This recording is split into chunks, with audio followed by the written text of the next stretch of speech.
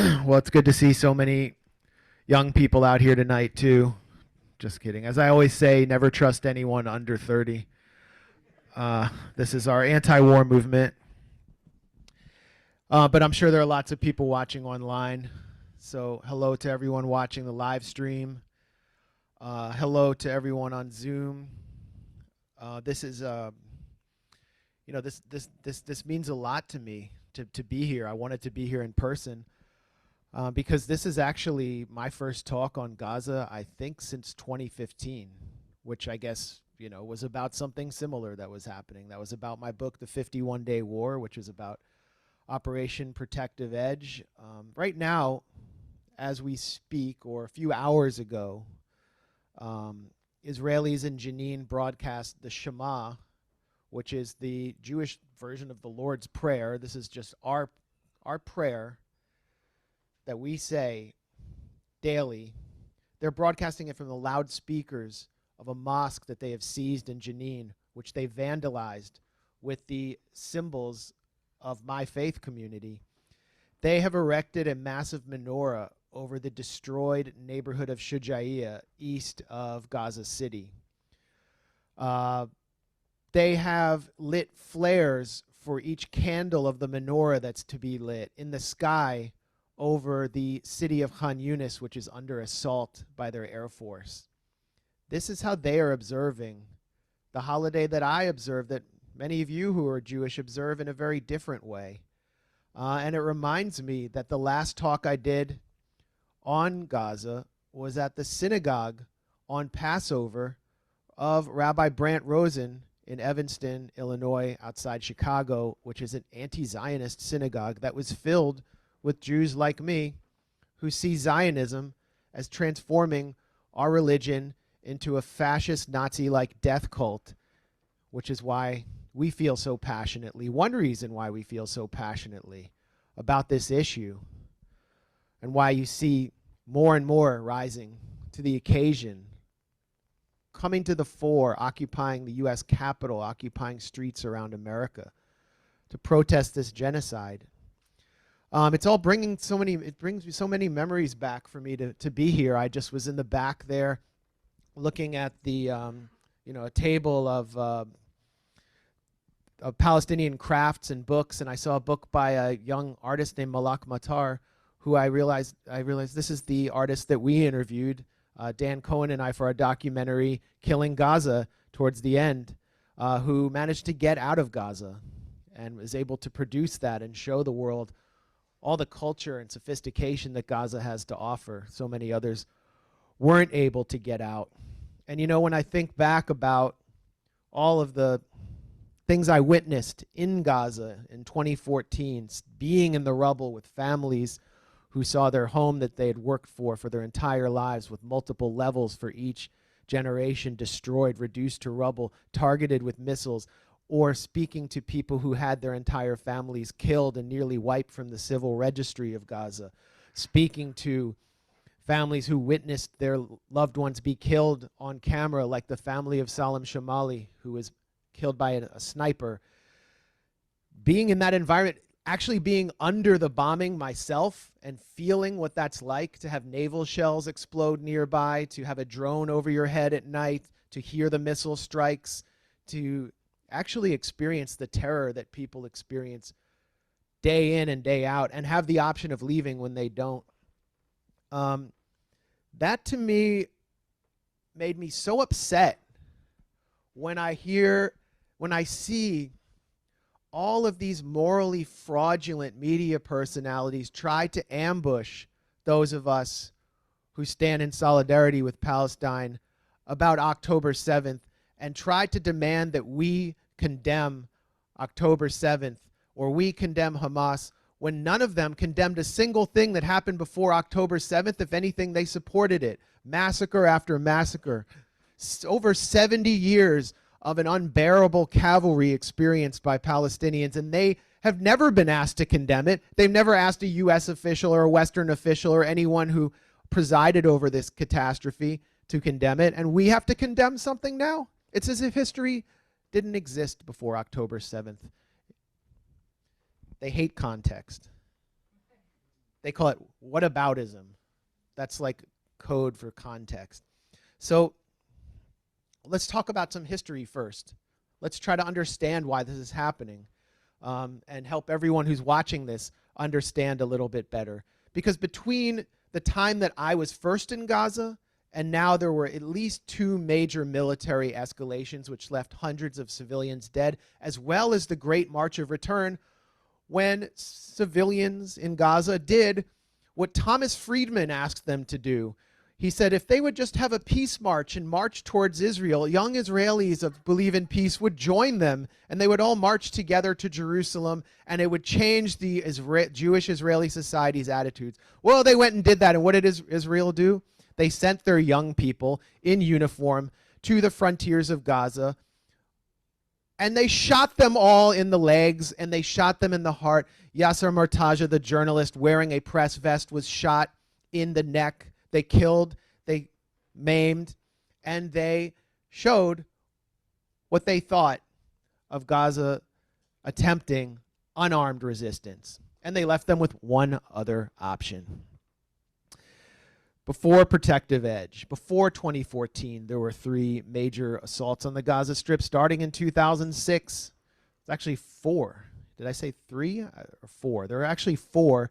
The biggest one was Operation Cast Lead, 2008, 2009. Israel waited till Barack Obama was elected, knowing he would do nothing, say nothing, and they broke a ceasefire by massacring over 50 police cadets who had just graduated to be police officers in the Gaza Strip, an act of mass cop killing by the Israeli military, and they proceeded to massacre hundreds more civilians. This was a signal event for me that really spurred my commitment to this issue. Then 2011, 2012, Operation Pillar of Clouds, more massacres by airstrikes, as Gaza's armed factions began to demonstrate their ability to develop some capacity to resist, some capacity to hit back. These confrontations were all the product of the siege of Gaza, which was itself the result of Israel's so-called disengagement when it pulled 9,000 fanatical settlers out of the Gaza Strip in 2005, with the intention of sealing Gaza off in order to give its military more latitude to operate against Hamas. And how did this disengagement, what triggered this disengagement? It was the armed actions of Hamas during the Second Intifada, which made the Israeli position in Gaza untenable. It was not any negotiation through the peace process that led to Gaza gaining some means of sovereignty. So what Israel decided to do was the panopticon model with Gaza. Control, all you need to do to control an entire prison is to control the perimeter, which is 2%. And so they would occupy Gaza from the outside, control the airspace, control all of its borders, the sea. And this is also what they were beginning to do in the West Bank with the construction of the apartheid wall, which is not constructed between Israel and the West Bank. There is no Israel per se under international law because it refuses to declare any boundaries. So in many cases, the wall wraps around villages like Al-Walajeh, completely surrounded by the wall, and cities like Qalqilia, completely surrounded by the wall, which is why Qalqilia is famous for its parkour crews who do lots of tricks off the wall. There's so many walls there. The population, though, isn't happy. They don't like doing parkour. That's just what they're left with. They're pissed off. That's why they voted for Hamas in the 2006 legislative elections. In the West Bank town of Qalqilia, Hamas won in the West Bank, not Gaza, but then all of their legislators who won through democratic means were kidnapped. Israel attempted a coup working through the Bush administration in Gaza. They failed and were defeated there. Hamas took over. And behind all of this was the Oslo Accords and the peace process, which set the stage for the separation of the West Bank and the Gaza with walls from Israel, and discredited the PA in the eyes of the Palestinian population as an occupation subcontractor, leading to more support for Hamas. The support for Hamas didn't necessarily come from Islamism, Islamist ideology, although that's a clear part of it. Their social services are a part of it.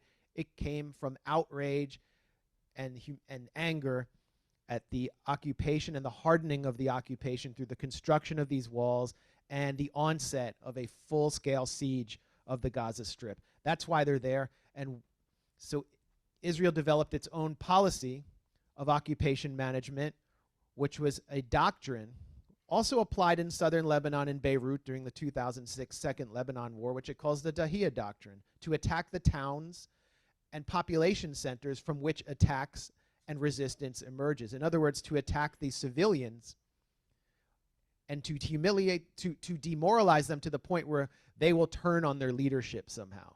And it's failed every time.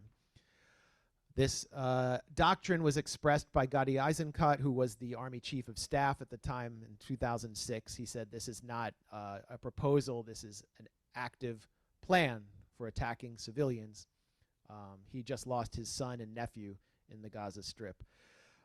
At the time, Israel had a demographer named Arnon Sofer, who was an academic who would consult for the government on how it could use this doctrine of disproportionate force to ensure a Jewish demographic majority indefinitely, because that is the essence of Zionism, maintaining a Jewish demographic majority through violent engineering. And he said that because of the siege of Gaza, Arnon Sofer said this, the pressure at the border will become enormous, and we will have to kill and kill and kill all day, every day in order to survive. And so that was really the essence of their plan. As Dov Weissglass, a consultant and legal advisor to the government of Ehud Olmert, who oversaw Operation Cast Lead, presented through a committee complex mathematical formulas used to determine the amount of calories each resident of Gaza would be entitled to on a weekly basis. This was another aspect of the siege, to put them on a diet so that they won't starve.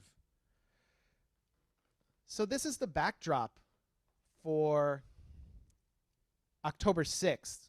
I'm not talking about October 7th yet. We're talking about October 6th. On October 6th, 2023, the Gaza Strip was under siege under these very conditions that I described, and they had been under siege for 15 years, and an entire generation or 2 generations had grown up without ever leaving that small strip of land. They had grown up under 5 military escalations, 5 military assaults. Just imagine what that, they'd grown up knowing the loss of family members to missile strikes, knowing the loss of their schoolmates, with a totally different mentality than previous generations that had also suffered under apartheid. Gaza was under siege on October 6th. Gaza was also ignored. Do you all remember thinking about Gaza on October 6th? Because I wasn't thinking about it. I was thinking about the Ukraine proxy war. I was thinking about U.S. troops occupying the Conoco oil fields in northeast Syria. I was thinking about the U.S. starvation siege of Cuba. I had almost forgotten about, I was thinking about trying to do more stand-up shows with Jimmy Dore. It was a good break from all this destruction. So I was surprised by October 7th. You know who else was surprised? The National Security Council director for Joe Biden, Jake Sullivan, who declared at the Aspen Security Conference that the Middle East, and he was boasting, the Middle East had never been quieter than under the Biden administration. Everything was fine, and Iran was being put in its place, and there was no armed resistance coming from Gaza. Everything was fine because the Abraham Accords that Jared Kushner and his crew implemented were going forward. Saudi Arabia and the United Arab Emirates were going to normalize and make peace with Israel. It was going to be great. A peace between the rich that would put the Palestinians in the icebox of history, that would consign Palestinians to the dustbin forever. On October 6th, Gaza was desperate. Gaza was ignored. Gaza was isolated. It had no diplomatic channels, even though it had a de facto government. And actually, in July of this year, there had been protests up and down the Gaza Strip over the dire economic conditions, people demanding some kind of dignity from a government that had no capacity to give it to them because that government was operating under siege. So the volcano was going to explode one way or another. And you have hundreds and hundreds and hundreds of Palestinian hostages in Israeli prisons, including people who are connected to families in Gaza, including children. I've been to the children's court in Ofra military prison. You see them come in chains. They're not charged with anything. Many of them had just thrown stones. Many of them had just picked up in their beds. You know, teenage boys.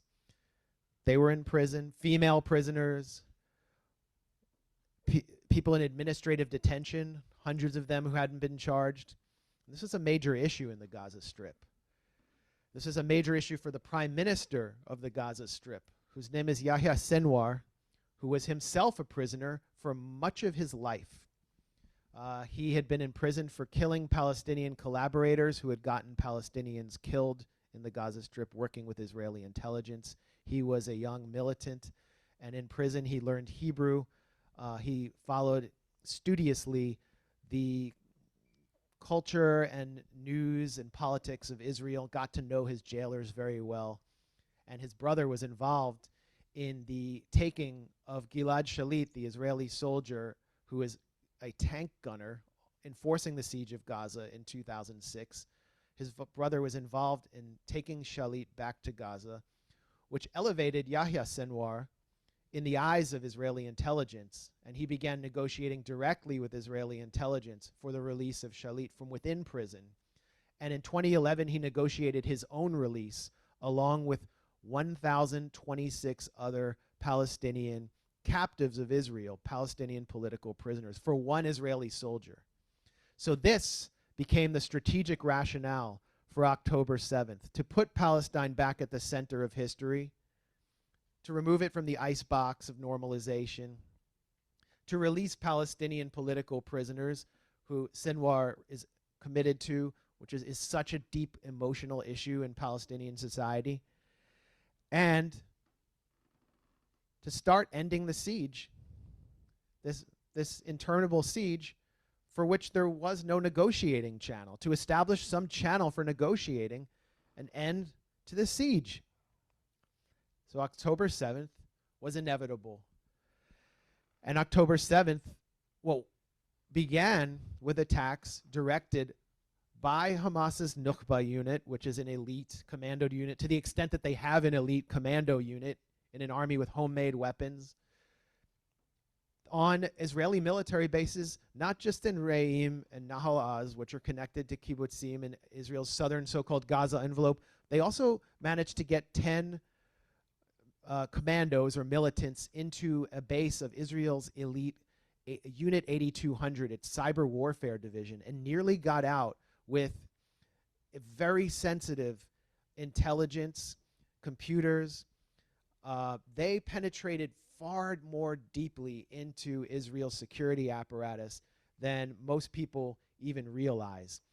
They killed many soldiers, at least 400, let's say at least 350 soldiers who were active duty enforcing the siege of Gaza were killed in a matter of hours.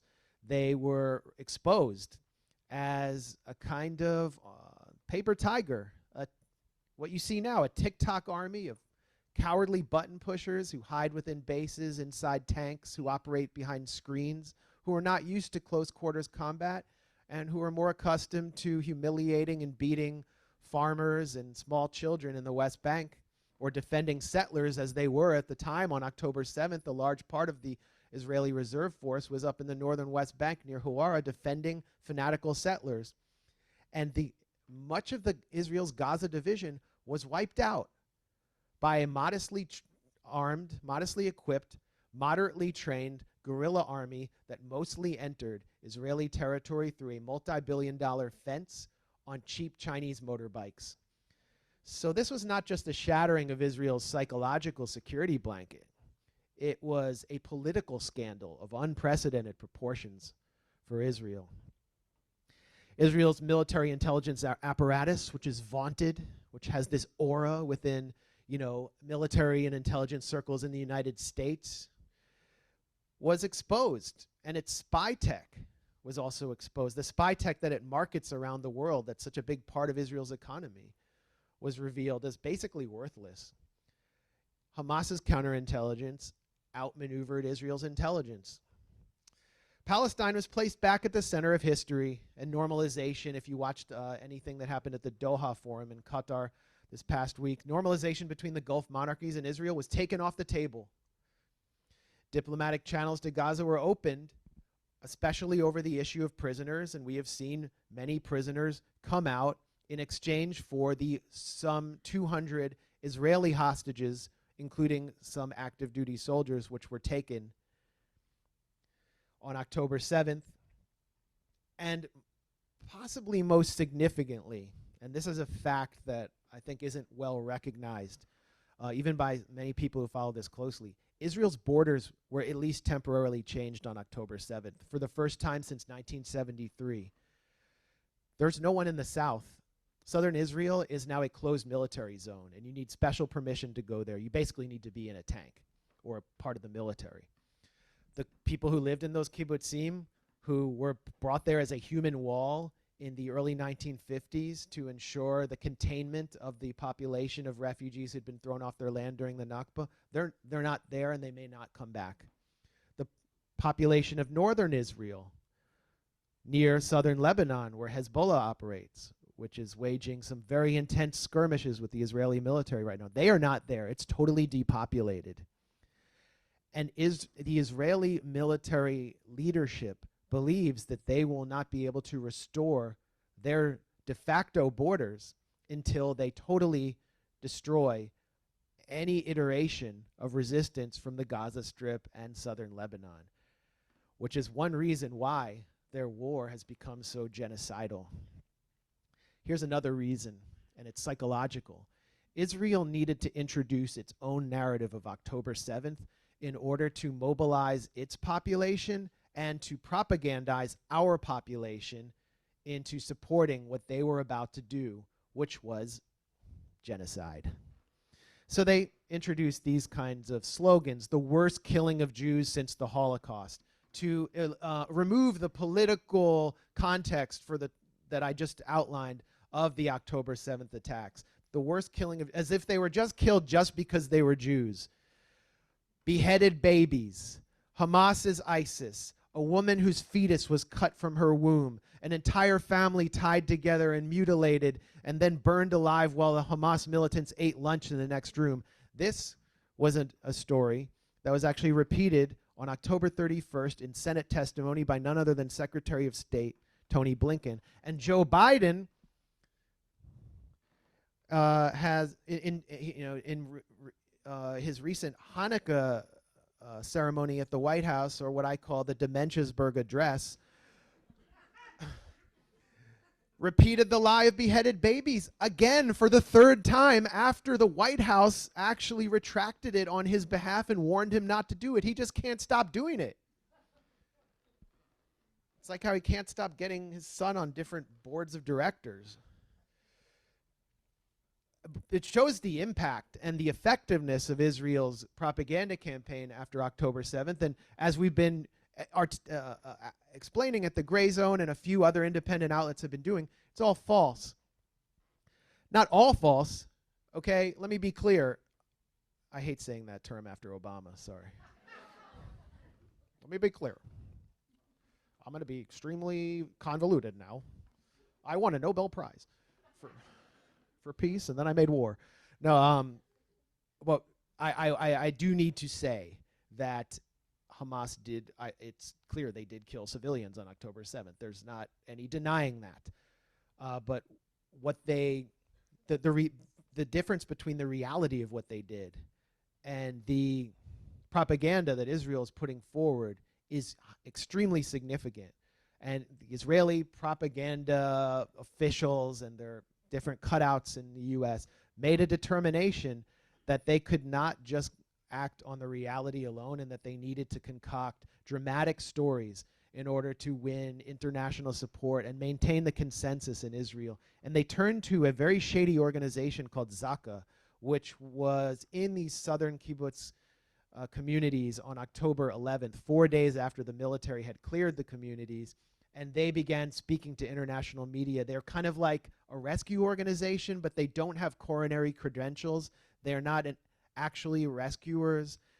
They're not real paramedics. What they are Orthodox Jewish, quote unquote, volunteers who often show up in the streets of Tel Aviv or Jerusalem on motorbikes, wearing their little safety vests when there's an accident, and they make sure that the victims get a proper Jewish burial and that their body parts are disposed of properly. So they were sent in droves to these communities where people had been killed to collect the body parts, and then they went straight to international media with elaborate stories, mostly cooked up by one man, Yossi Landau, who's their so-called Southern commander, who quote unquote confirmed the beheaded baby story, spread the mutilated family lie, cooked up the fetus cut from a mother, and none of it could be confirmed. And he constantly talked about babies being killed, babies being killed. Here's how you know that's a lie, just quickly. Only one baby was killed on October 7th. Her name was Mila Cohen. It's extremely tragic and messed up. 10 months old, she was shot accidentally by a Hamas militant who was firing on captives who were fleeing. That's apparently what took place. But there was only one baby killed, but they keep saying babies and babies and babies. So we know that's a lie. We know that's a lie. Zaka is also at the center of the rape allegations that are now being pushed as a major international propaganda campaign by the Israeli government. I'll talk about those in a second, which is extremely ironic because Zaka's founder and longtime CEO, Yehuda Meshi Zahav, died last year after attempting suicide in 2021 when he received the Israel Prize from the current defense minister, Yoav Gallant, and then days later, Israeli media was flooded with credible stories of his serial rape of teenagers and children of both sexes, along with long-standing stories of Zaka's corruption. Because for Zaka, this is a fundraising opportunity. And they are raking in tens of millions of dollars from the Jewish diaspora, from wealthy Jews in the US, by spinning out these elaborate stories and putting themselves at the center of this drama, of this genocidal passion play. And so is their chief competitor, United Hatzalah, another Orthodox Jewish so-called rescue organization, which is is now fundraising on its website for $50 million off October 7th. United Hatzalah's director, Eli Beer, appeared at a fundraiser in Las Vegas. I mean, how much more obvious can you get? You show up in Las Vegas at Sheldon Adelson's casino at the Republican Jewish Coalition's annual fundraiser. It's like every NFL owner is there. And because, you know, we're so oppressed here in the US.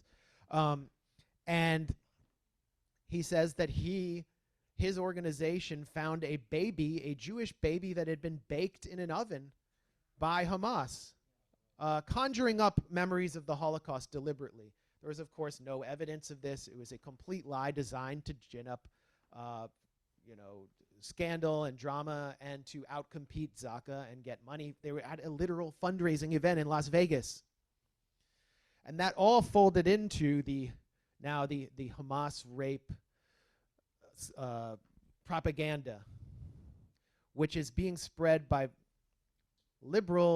mostly within liberal democratic circles, because Joe Biden was losing liberal support on this issue, particularly among people under 35. So this narrative of Hamas rape was introduced in a coherent way over a month and a half after it all supposedly took place to support Israel's political objectives, which was to prevent Biden from losing his base. That's why at the United Nations, the people you saw on stage there when Israel made its grand presentation were Hillary Clinton and neoliberal oligarch Sheryl Sandberg, who's also connected to the Democratic Party, used to work under Mark Zuckerberg.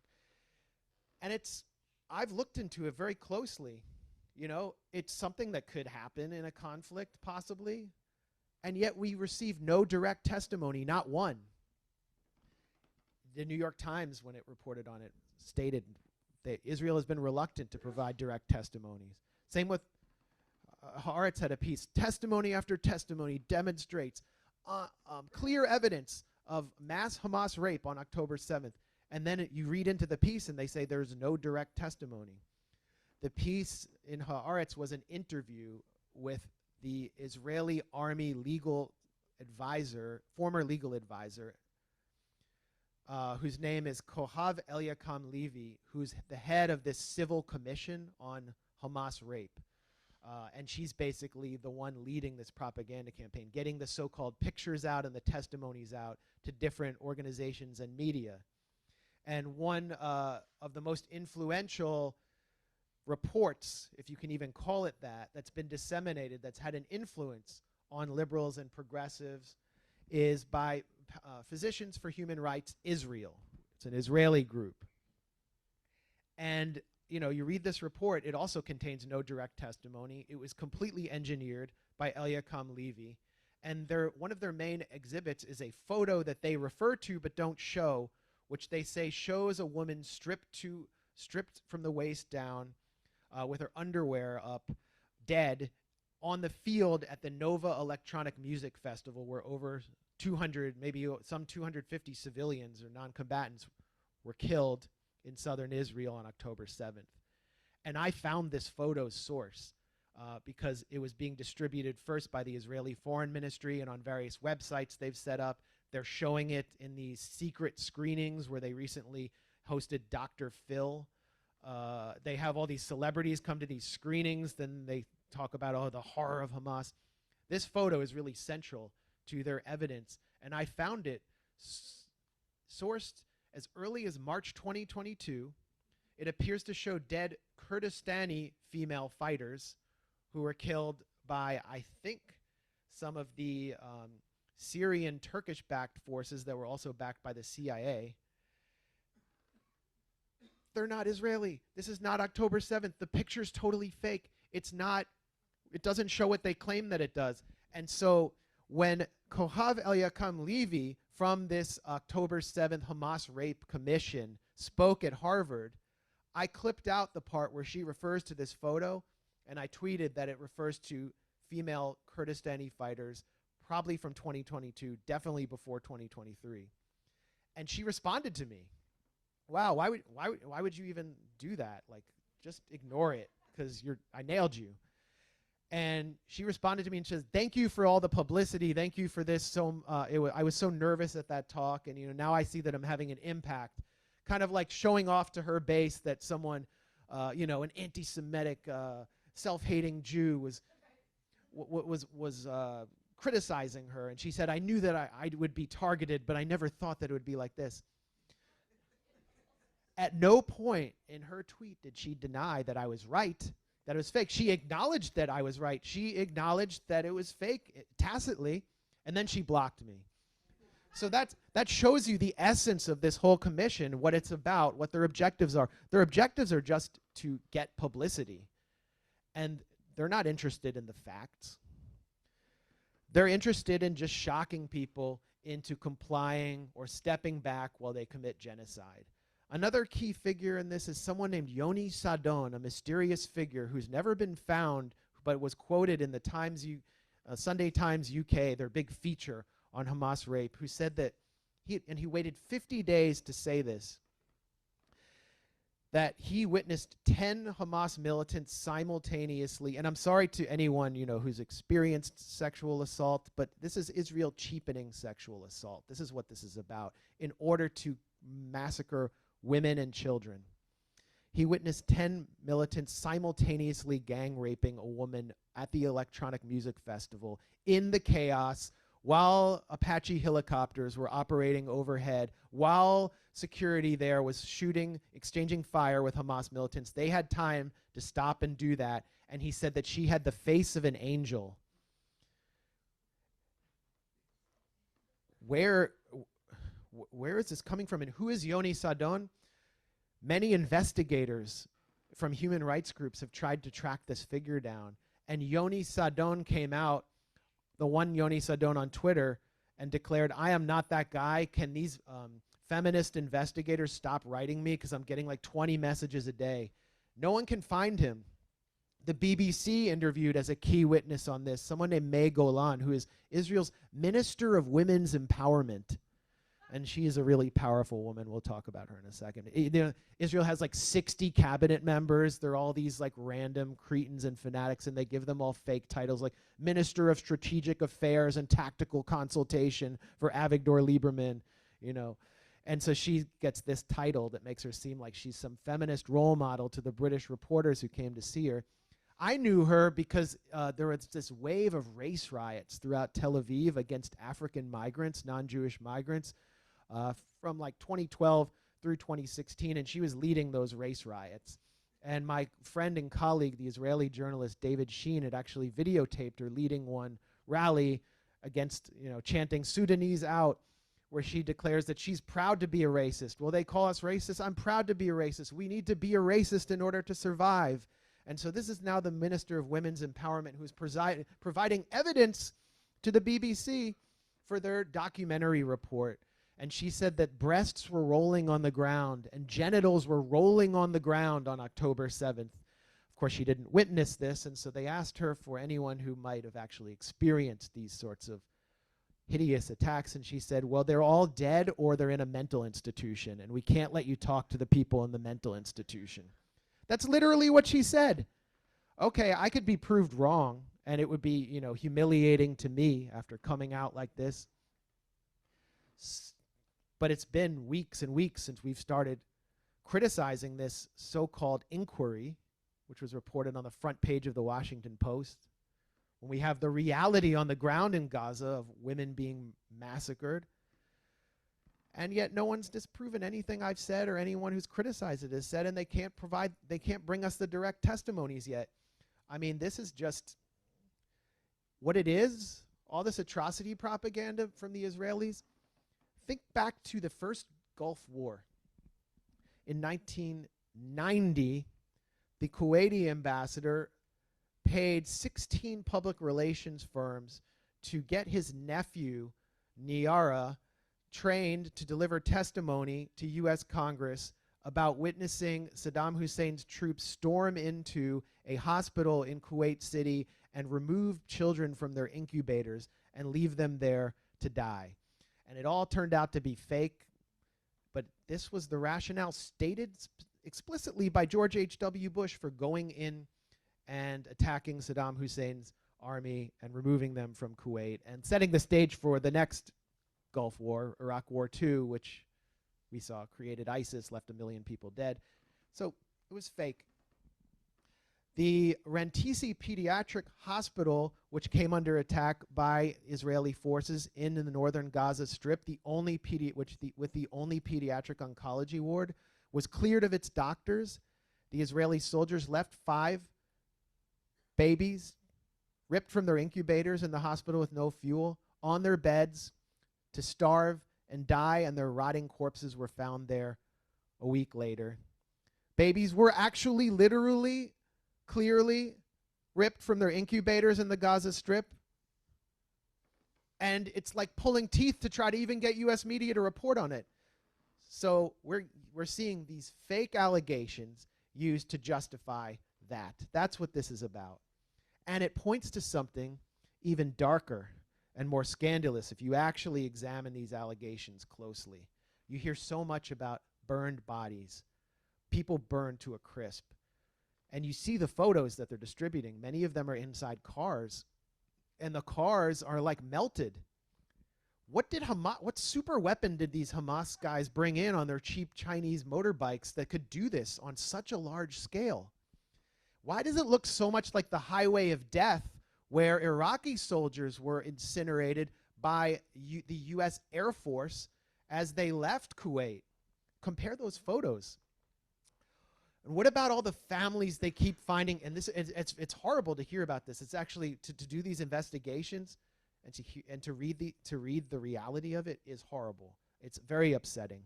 But you keep reading about families in the kibbutzim found under the rubble of their homes, as families are now in Gaza, and the father on top of his children or wife trying to protect them under rubble. What happened there? Well, now the details are starting to emerge, and it points to something that is even more scandalous than the official narrative of October 7th. And I wrote up several articles about this, and I'll give you some excerpts. Tuval Escapa, who is a member of the security team at Kibbutz Be'eri, where over 100 people died, set up a hotline to coordinate between kibbutz residents and the Israeli army on October 7th. And he told the Israeli newspaper Haaretz that as desperation began to set in, quote, the commanders in the field made difficult decisions, including shelling houses on their occupants in order to eliminate the so-called terrorists along with their hostages. So they decided to shell Israeli homes knowing that Israelis were in them. A separate report published in Haaretz noted the Israeli military was, quote, compelled to request an aerial strike against its own military facility inside the Erez crossing, this giant hangar that you pass through to go in and out of Gaza, where the civilian coordination of the siege is located, in order to, quote, repulse the terrorists who had seized control. An Israeli woman who's one of the few survivors from Kibbutz Be'eri who witnessed these hostage standoffs confirmed in an interview with Israel Radio that the military undoubtedly killed many Israeli non-combatants during gun battles with Hamas on October 7th. They eliminated everyone, she said, including the hostages. She and another woman who was the lone survivor of a hostage standoff in Kibbutz Be'eri, as I reported, revealed that an Israeli tank killed 12 Israeli non-combatants, civilians, in one home, which was the site of a hostage standoff, knowing that they were there. Yasmin Porat had actually gone across the street and told those special forces that there are 12 Israelis in there. They included her partner, as well as Lael Hetzroni, a 12-year-old girl, and her twin brother. Lael Hetzroni has become kind of an Israeli poster child for its October 7th propaganda. The former Prime Minister Naftali Bennett, for example, has presented her as evidence of Hamas brutality, but now it is confirmed that the Israeli military killed her, along with her caretaker, her twin brother, and everyone else there. Take a look at the houses in Kibbutz Be'eri. What do they look like? They look a lot like the houses I saw on the Gaza Strip that had been destroyed by tank shells. They're completely roasted, reduced to their foundation. Their roofs had been collapsed in, and entire families are being found and have been found in home after home after home. How could Hamas, with Kalashnikovs and at best RPGs and grenades, have exacted so much destruction, especially under the pressure of being in firefights with Israeli special forces? This was what Colonel Nof Erez of the Israeli military called mass Hannibal. He said, and I quote, "They didn't explode houses without permission. The Hannibal directive was apparently applied." And it was applied not just in the kibbutzim, it was applied against cars that were going in and out of Gaza, in and around the Nova Electronic Music Festival, a site of mass death on October 7th. This has been disclosed also by Israeli former abductees who were freed from the Gaza Strip during a war cabinet meeting last week with Benjamin Netanyahu, who said, "You shot at me with a helicopter on my way into the Gaza Strip, and then you bombed us and killed other hostages in the Gaza Strip with your warplanes, and our biggest fear was that you would kill us and then blame Hamas." Those are almost direct quotes from the war cabinet meeting, which have been publicized in Israeli media, but not by our own media. So I referred to the Hannibal Directive. Do you all know what the Hannibal Directive is? I see some thumbs up and some nodding. Well, I got to go to those who don't know. It was named for the Carthaginian general who took poison, killed himself rather than be captured by the enemy. So that should tell you something about what it is. It used to be a secret Israeli military directive that was put in place after the Jibril prisoner exchange. I think that was in 1986 for Ahmed Jibril.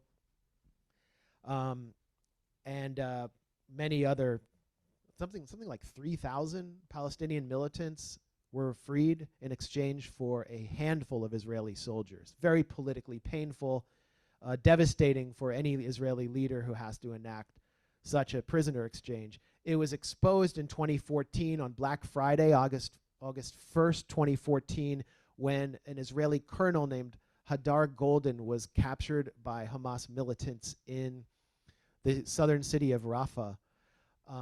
it's called Black Friday because the Israeli military carried out a massacre in order to not just eliminate those militants and kill 100 people in Rafah. I was there immediately afterwards. I saw just shells of US-made weapons all over the ground, destroyed homes, but also to kill Hadar Golden, the Israeli soldier, because they didn't want to do another Gilad Shalit massive prisoner swap. So this was mass Hannibal. Kill Israelis so they don't go into Gaza, so we don't have to do some gigantic prisoner exchange and then start negotiating for an end of the siege. And look at where they are now. It's politically destabilizing for them to have over 200 captives inside the Gaza Strip. I was called a conspiracist and a master manipulator in 2 separate articles by Haaretz for quoting their own reporting and bringing these facts forward in the gray zone to English-speaking audiences alongside other independent outlets like Electronic Intifada and Mondoweiss. Today, Haaretz published an article declaring that the issue of the Hannibal Directive on October 7th is something, quote, we need to talk about. Thank you. I'll accept your apology another time. I just want to get the truth out. And I want Israelis to see how they're being manipulated. The atrocity propaganda is believed by nearly all Israelis. It's what's driving the consensus for this assault, Operation Iron Swords, whose objective is not the elimination of Hamas, which is actually impossible because they are politically and ideologically integrated into the population. They are the population. I don't mean they're human shields. They have a mass constituent base, like every anti-colonial resistance movement ever has. The goal is the elimination of Gaza as a Palestinian entity capable of resisting occupation. That's how this atrocity propaganda fell on very fertile soil in a hyper-propagandized society which has full military conscription for all men and women of the age of 18 and above. And it has fueled a genocidal discourse in which the prime minister has referred to the Palestinians of Gaza as Amalek, who are the tribe that attacked the Hebrews as they fled Egypt in the book of Deuteronomy and were slain by God. God killed Amalek. He's referred to the Palestinians as the children of darkness and Jewish Israelis as the children of light. Likud member of Knesset Ariel Kalner has called for Nakba 2.0. There are no uninvolved civilians, said Amihai Eliyahu, who's the Israeli Minister of Housing, who's proposed dropping a nuclear weapon on Gaza. Human animals is how Yoav Gallant, the Israeli defense minister, referred to the population of Gaza as he called for cutting off fuel, water, and electricity. And others have called for turning Gaza into a giant stadium parking lot. 1.8% of Israelis, according to a Tel Aviv University poll, believe Israel has used too much explosives on Gaza. And over 50% believe Israel has not used enough, where it has dropped the equivalent of over 2 nuclear bombs, of the 2 nuclear bombs dropped on Hiroshima, where most civilians who have been killed by missiles, and not just any missiles, but unguided missiles, 500, 200-pound dumb bombs supplied by General Dynamics and Raytheon, where most, and where new, and where AI weapons are being used to carry out a goal spelled out by Netanyahu's special advisor, Ron Dermer, former ambassador to the US, the thinning of the population of Gaza. This was the goal that explicitly was spelled out by Dermer, who's actually leading a task force to advance that goal. So now we know, unsurprisingly to those of us who followed this for years, that private family homes have been explicitly authorized as targets, as hundreds of families are being wiped from the civil registry, and the Israeli startup nation has introduced the world to a new innovation: wounded child without family.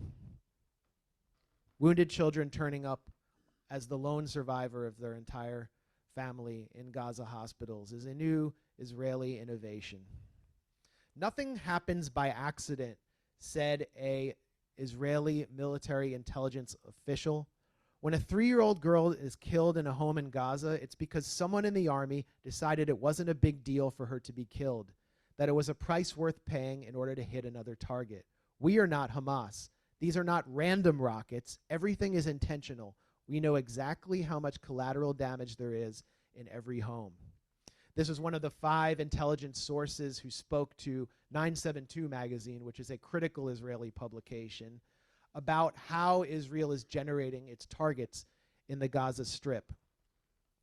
It's generating them through a system called the Gospel, which is an artificial intelligence system that, according to this report and these sources, generates targets in Gaza faster than they can be hit. In the majority of cases, another source from the Israeli intelligence apparatus added, military activities not conducted from the homes that it targets. I remember thinking that it was like if Palestinian militants would bomb all the private residences of our families when Israeli soldiers go to sleep at home on the weekend, said the source. So who's the human shield? They're targeting Gaza civilians in their homes while they sleep. They're targeting Gaza's hospitals. 100 Israeli physicians have signed a public letter, including pediatricians, authorizing and supporting the Israeli military's assault on hospitals in the Gaza Strip, particularly Shifa Hospital, the main center of medical care in the entire Gaza Strip, which I've visited several times, which has now been emptied.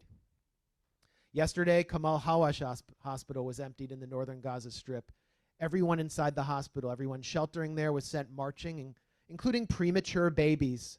They were just sent out, including people in the intensive care unit, including over 60 badly wounded people, sent out into the streets where homes are destroyed with the support of Israeli doctors.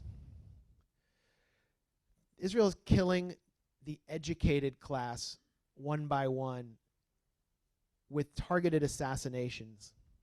The family of one of the most renowned journalists in the Gaza Strip, Wael Dahdouh of Al Jazeera, was assassinated at home. His son and daughter, who both hoped to be journalists, his wife, in a targeted assassination. And an Israeli journalist went on Israel's Channel 2 the following day and said, yeah, we didn't like his reporting. Rawan Ahmed Yassin is one of many medical professionals who was killed. She studied medical analysis.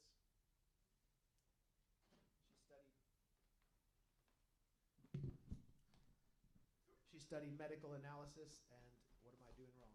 No, continue. Okay, he seemed alarmed. And dreamed of completing a master's degree in genetics. I can't even say how many medical professionals have been killed, but this is just one. I was actually speaking to Dr. Mads Gilbert, my friend, who performed emergency surgeries at Shifa Hospital in 2014 during Israel's assault, and he said that so many of the students he met and his coworkers have been killed. Social media influencers that we might have been followed have been killed in targeted strikes. Yafa Haider Abu Baraka is one. And then we have my friend Dr. Rifat El-Arir, who many of you now know of or may have known of before, who is an exceptional individual who was killed in a targeted strike.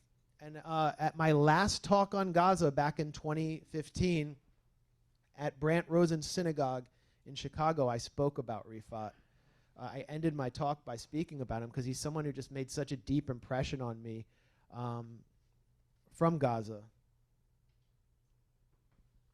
He's a poet. Many of you know his poetry now. It's excellent poetry. I mean, I'm a pretty harsh critic of other writers. His poetry's impressive, and he's writing in English. He's not even writing in his native tongue. And it really captures the moment. He was a teacher at Islamic University of English Literature, and his classes are exceptional. He's one of the more popular academics in Gaza just among students. And I didn't meet him in Gaza. I actually met him during what he called his Malcolm X moment. You know, when Malcolm X went to Mecca and he prayed alongside people with light skin, Caucasians, and he realized the essence of white people is not evil, and he began moving towards Orthodox Islam and moving away from the teachings of Elijah Muhammad, which were based on racial essentialism. and which he did not consider to be a true faith. It made Malcolm into an anti-imperialist. It made him into a force of resistance that was much more dangerous to U.S. empire than someone who just simply divided people along racial lines. It made him into an internationalist, and he began traveling the world, visiting Ben Bella and Algeria and other anti-colonial figures. This is a very dangerous moment for the U.S. empire, and I believe Rifat al-Harir's trip to his book tour for Gaza Writes Back, which was published by my friend Helena Cobbin as a great collection of Palestinian writing, I believe that was a dangerous moment as well for U.S. empire and for Israel's little extension of U.S. empire, because he had previously held anti-Semitic views in his own words. And why wouldn't he, honestly? Why wouldn't anyone in Gaza, if you've never left and the only experience you have with Jews is people piloting drones over your house to kill your family, rampaging through your neighborhoods, humiliating your people, and they place the Star of David on their weapons. That's what and he said, this is how they want me to think, and I'm not going to think this way anymore, because he started to meet anti-Zionist Jews and to see the humanity of our community here in the United States. So I met him at dinner in Berkeley with other anti-Zionist Jews like Nora Barrows-Friedman of Electronic Intifada. Ali Abu Nima was there. And we had a great time. And he went back to Gaza and began teaching his students The Merchant of Venice, Shakespeare's play about a Jew named Shylock, who was in many ways oppressed. He's considered sort of an anti-Semitic stereotype, but he was actually oppressed, ghettoized, and humiliated. And when his students finished reading The Merchant of Venice, Rifat asked them which character did they identify with more, Othello, the Venetian general of Arab origin, or Shylock the Jew? And he described their response as the most emotional moment of what was then his 6-year teaching career. One by one, his students declared an almost visceral identification with Shylock. And in one of his students' final papers, the student reworked Shylock's famous cri de coeur into an appeal to the conscience of her own oppressors in the United States and Israel. Hath not a Palestinian eyes, hath not a Palestinian hands, organs, dimensions, senses, affections, passions, fed with the same food, hurt with the same weapons, subject to the same diseases, healed by the same means, warmed and cooled by the same winter and summer as a Christian or Jew is? If you prick us, do we not bleed? If you tickle us, do we laugh? Do we not laugh? If you poison us, do we not die? And if you wrong us, shall we not revenge? Rifat taught Hebrew literature, not because he had any affinity for Israel, but because it also contained literary beauty. And so he was the first academic at Islamic University, which was founded by Hamas, to teach Hebrew literature. He saw this all as a form of resistance. And he saw anti-Zionist Jews who he would bring to his class if they were in the Gaza Strip as comrades in resisting Zionism. And he expressed himself on Twitter in the same way we all do, as a funny troll. Because how can you survive psychologically under this propaganda assault if you're not hitting back at the lies and the insanity spiraling out of the Israeli propaganda channels? So when this fake story from a Las Vegas Adelson fundraiser spun out about a baby burned in an oven alive came out, we all started kind of mocking it because it offends our sensibilities. It cheapens the Holocaust just as they cheapen sexual assault. And Rifat responded to a tweet by saying, was the baby baked with baking powder or oil? It was something like that. There was no baby baked in an oven, so you're not mocking a baby burned in an oven, okay? That's not how Barry Weiss, the neoconservative, well-heeled pundit who now has just founded a Likudnik diploma mill in Austin. That's not how she received it. She did a long thread on Twitter about how her former employer at the New York Times was anti-Semitic. And as Exhibit A, she pointed to Rifat's tweet, which she said was mocking a baby burned in an oven and not mocking propaganda. So then Rifat, who is in northern Gaza, who chose to stay in northern Gaza, defying Israeli orders to move south, and said, I will stay on my land even if it means being in direct harm's way, as if people in the south aren't in harm's way. His direct messages, his inbox began filling up with threats not only by pro-Israel fanatics, but by active duty Israeli soldiers who pledged to kill them when they arrived to his area of northern Gaza. Not just threats, but detailed threats to carry out sexual assault on his family members, disgusting, vivid visions of torture. And it wasn't just Barry Weiss, a so-called comedian on one of the most popular programs in Israel called Eretz Nehederet, which is their version of Saturday Night Live. I would call it like Saturday Night Dead, because they think genocide is funny. They began taking aim at Rifat. One poet, one author who threatened them so much with his words in the Gaza Strip was targeted on one of Israel's most popular programs and targeted by one of the most prominent neocon pundits in the US, and Israeli military soldiers and reservists were vowing to kill him because they couldn't take a joke, which is so un-Jewish to me. I mean, Zionists have really done a great job of defying the stereotype of superior Jewish humor and intelligence, haven't they? And so, December 6th, I sent Rifat a message. We had been having exchanges.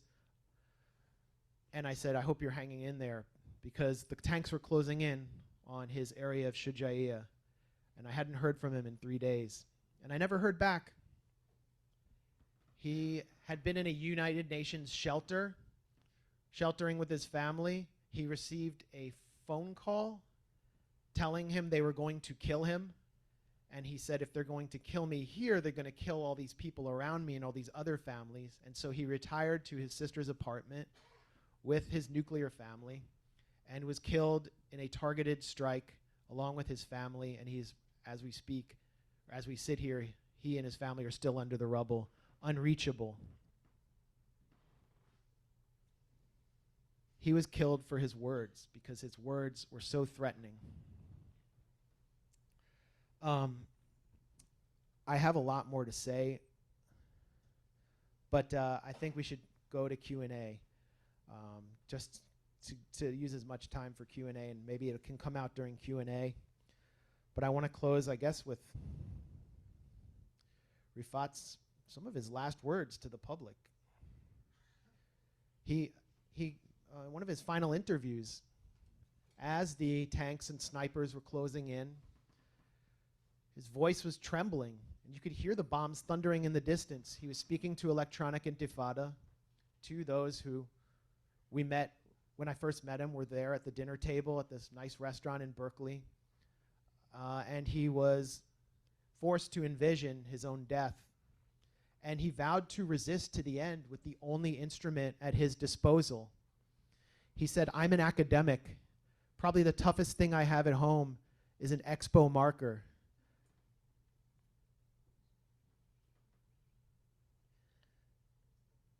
But if the Israelis invade, if the paratroopers charge at us, going from door to door to massacre us, I'm going to use that marker to throw it at the Israeli soldiers, even if that's the last thing that I do. We're not soldiers, but we have an obligation to pick up where he left off with what we can. We have to pick up the marker. Pick up the marker and throw your marker at the architects of this genocide for the rest of your lives. Thank you.